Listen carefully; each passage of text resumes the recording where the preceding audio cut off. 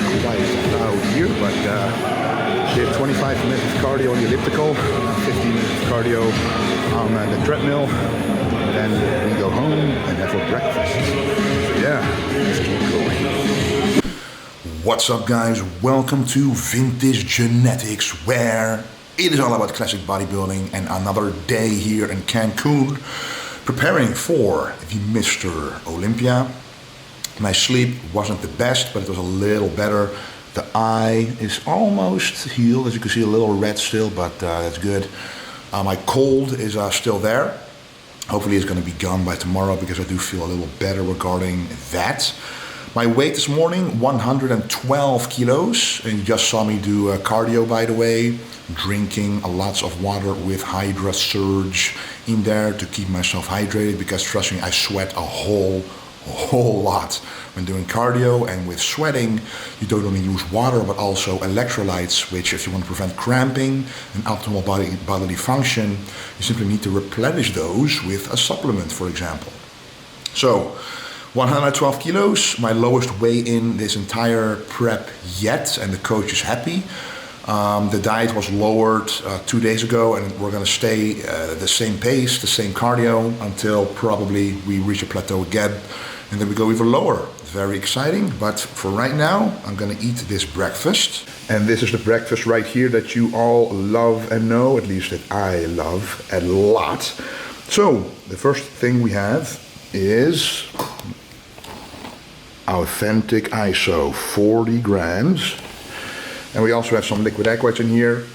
We have dark chocolate, as you can see, 85%, 15 grams, 200 grams of strawberries, 70 grams of cream of rice, some psyllium husk, some cinnamon, some salt, some potassium, just all kinds of deliciousness.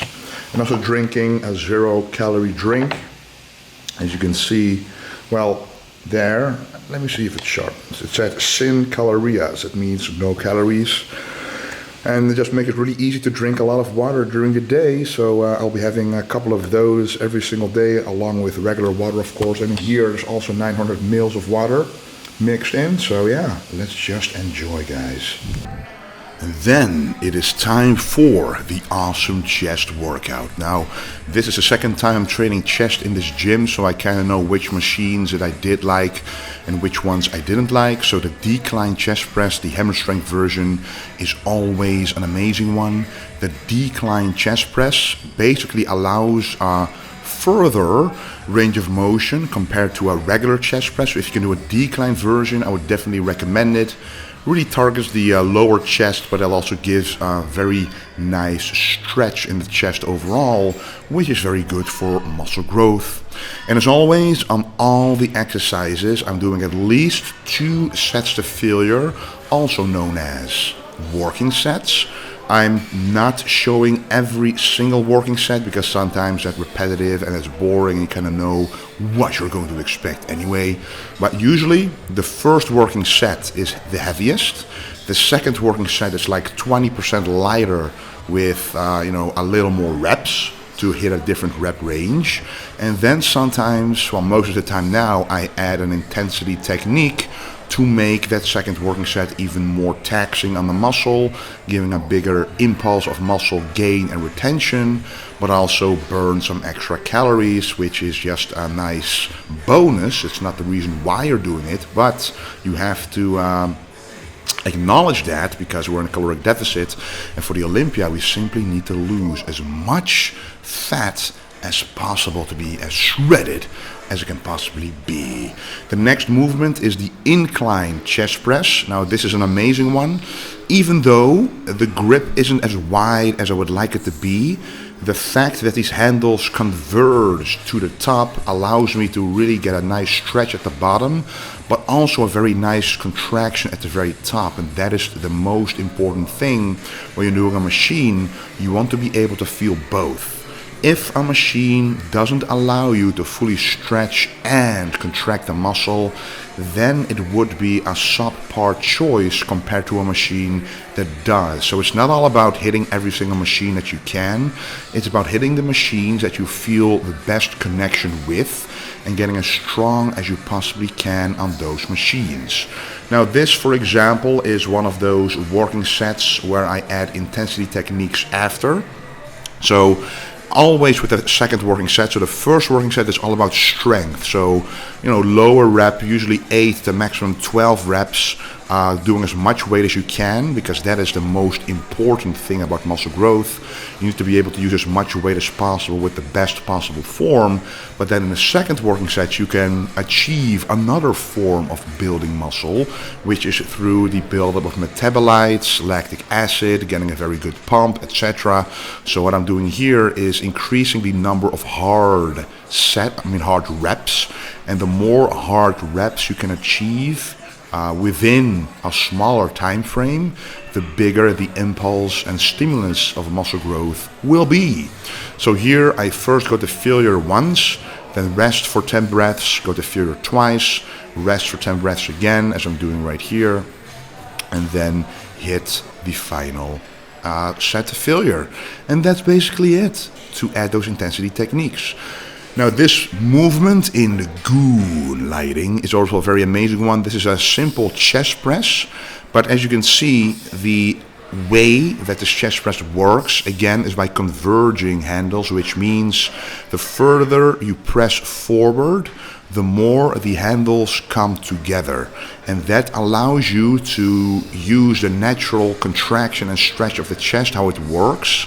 Because, with a regular bench press, it's almost impossible to contract the chest fully at the very top, because your hands stay in the same position. However, here, and this is a prime example where you can actually see that, because here you can see the striations when I'm stretching, but also when I'm contracting. So when you're very lean, you can literally see on the outside what your muscles are doing. So I'm going all the way down, getting a maximum stretch in the muscle, and then going all the way forward, getting a maximum contraction in the muscle. And look at the shoulders as well.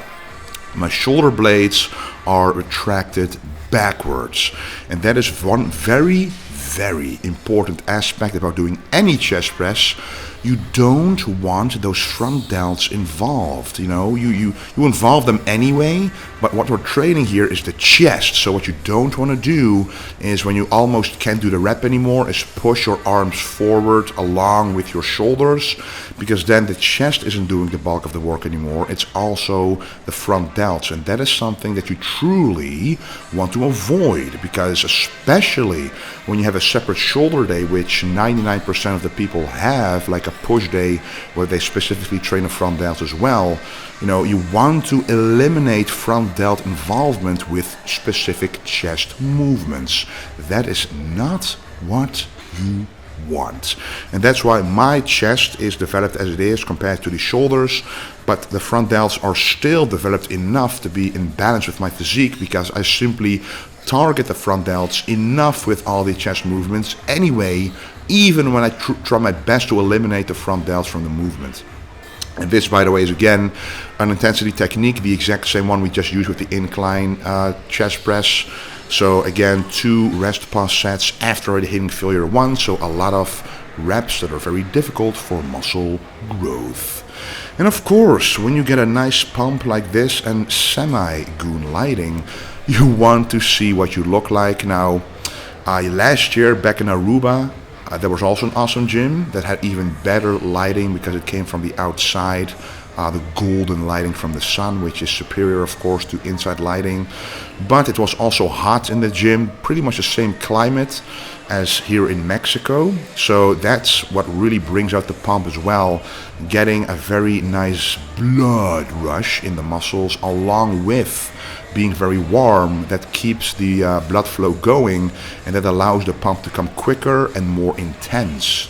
So it also prevents you from having to warm up too much, because when you're in a colder climate, it's very important to warm up properly to be able to get those joints or tendons filled with blood But here, after just stepping inside the gym, you're already very warm, you're already starting to sweat, and that to me, that feels very good, because once you're sweating anyway, you're ready to go, and it doesn't matter what you do, you're already very sweaty, so no matter how hard you work, it's going to stay pretty much the same, so you're pretty much in that mindset anyway.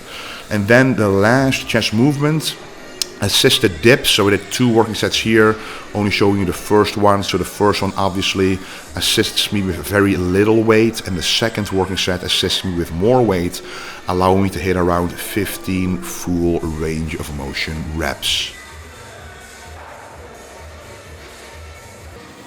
Now actually this is the very last chest movement, but the last isolation movement. The previous ones were all compound movements, which means you're using multiple joints. Here we're only using the shoulder joint to isolate the chest.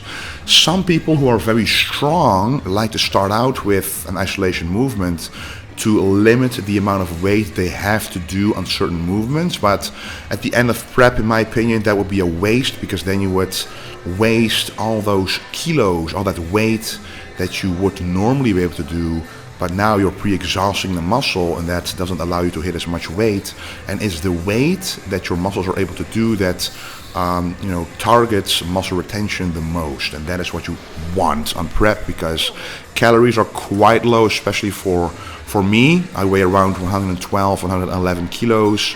Calories are around 2,600 and 2,200, so not too high. But this is the final chest movement, just some drop sets, so that's another intensity technique you can use. First go to failure once, then do 2 drop sets, and every single time that you do a drop set, you literally drop the weight by about 20-30%, allowing you to do at least 5 more reps every single time. If you don't drop it enough, you're simply going to force yourself to do those reps with incorrect form, and it's all about the form that will keep you healthy and safe and make the most muscle growth happen. Now in between chest and triceps, I actually did 2 sets of side dumbbell lateral raises, but those took quite long to show you guys, and you all know exactly what those are. High volume, 20 to 25 reps, and just getting a nice bump in the side delts. And then it is time for the triceps, which for me are very important to keep the size in. So I put 3 working sets on the exercise that I feel pretty much the most, the rope push down, and you can see here exactly what's happening. So you can see the tricep moving, and when I go all the way up, you can still see the movement in the tricep, showing you visually that going all the way up is very important to maximize that stretch. So going up higher than 90 degrees with correct form is important to maximize the stretch, and then going all the way down until you're able to contract the triceps so hard, especially when you're lean, that you see those feathering effects in the tricep. That's when you know that you're truly hitting that full range of motion. And in my opinion, it is true that if you do this for many years on end, you can literally carve those tricep details into the muscle, because you've been doing it for so long with full range of motion that that's how the muscle is going to be shaped. And then an overhead tricep extension. Just showing you the second working set. The first working set was heavier than this. The second working set will have some intensity techniques once again. So the overhead tricep extension, what that does is target the long head of the tricep more. And the long head is the biggest part of the tricep, and actually the triceps are the biggest part of the arms. So if you ever struggle with getting bigger arms, don't focus on the biceps as much. Focus way more on the triceps, especially overhead tricep movements that put a very good stretch on the muscle. So to emphasize that feeling and the mind-muscle connection of the stretch, that's exactly why I put the rope push down first, to get a very nice pump in the triceps, to get a lot of blood in there. And the more blood there is in the muscle, the better and more clearly you will feel that stretch. And it's all about feeling that stretch, connecting with it, and making sure that you're hitting the muscle that you want to hit, because sometimes with an overhead tricep extension you don't really feel much, and that's when you know you're either going too heavy or you're simply not making a good connection with the triceps, and then you simply have to do another version or another movement that mimics that overhead motion. Then the last one, Dumbbell Skullcrushers. So I'm just showing you the first working set. After this I did a second working set with a lighter weight and 2 rest pause sets again. So the Dumbbell Skullcrusher is also one of the best movements for tricep thickness, for the medial head, and get that overall thickness in the triceps, and just go all the way down until you feel a good stretch, and then don't push up, but actually push up and back for a better contraction. Alrighty, just got back home from that awesome chest workout, and I was also given a very nice poster there. I signed it and now it's up in that gym. If I have the footage of that, I'll put it right here so you can check it out. A little bit of a cold still coming up, but hey, hopefully tomorrow it's gone. Anyway, let me show you the meal post-workout. So what do we have here? Just cream of rice with whey isolate and 70 grams of banana. That's it. So we're gonna eat this. And after this, about an hour later, I'll have a rice meal. And actually, the diet is going to change tomorrow again, because the Arnold Classic, the Classic Physique was today. And my coach saw some awesome shapes there. So we're gonna bring it up a notch. And we will come in the most conditioned ever. And this is the next meal. My coach actually already sent me the plan that was supposed to follow tomorrow. And that was the plan is simply one meal with no carbs instead of with carbs. So 50 grams of rice would normally be in this meal, but I removed it, kept it out, because we want to go to the next conditioning. So what is this? Cucumber, zucchini, chicken, broccoli sprouts, and nothing else. So let's enjoy this.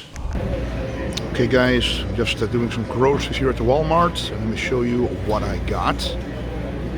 Of course, some water, Diet Snapple, 0 calories, all kinds of 0 calorie drinks, and we have some chicken here, salmon there, asparagus there, more chicken, more salmon, and actually electrolyte drinks as well, and some other vegetables. So let me show you exactly what it is at home. Alrighty guys, time for the next meal. After this I'm going to do cardio. Normally I would be doing cardio later, but the Iron Gym, it's Saturday today, closes at 9 p.m. so I want to be there on time to do my focused gym cardio, which is different compared to just walking outside. I just want to make it a little more effortful, or however you say that, but more effort into the cardio for more striations. So this is the meal. You have some chicken, beautifully thin chicken. I really like the Mexican chicken a lot. Just baked it with some herbs, cilantro, some chicken spices you saw in the video yesterday. We have asparagus here, about 150 grams. And because the chicken itself wasn't enough protein, I added some prawns. So yeah, let's enjoy. Okay guys, post-cardio meal, very simple. Vegetables, protein source, 0 calorie sauce. This is pumpkin. This is shrimps or prawns, I think shrimps, right? Already cooked. And this is cod fish from back home. So protein, vegetables, nothing else. And then it is all of a sudden time for the last meal of the day. So this is a nice salad, so only vegetables and protein, but a little bit of fat this time with salmon. We have some pumpkin, we have some lettuce, cucumber and asparagus. All very low FODMAP, low fiber vegetables, but very, very healthy and delicious. And right here is the omelet with a little bit of chicken, 200 ml of liquid egg whites, mushrooms and spinach. And that once again was the video of the day. I do feel really tired right now. The diet has been dialed down. Tomorrow again, so the same diet as today will be tomorrow. So yeah, tomorrow's going to be a back day, so I'm very excited to do that. Yesterday was legs, and I really feel the muscle ache right now. And the most important thing is you need to get a lot of sleep, so I'm just going to be eating this. And thank you a whole lot for watching, guys. Thank you for the support. the VintageNext.com support and the Jack Factory support by using code Wesley for 20% off. Thank you incredibly much. And don't forget to stay golden.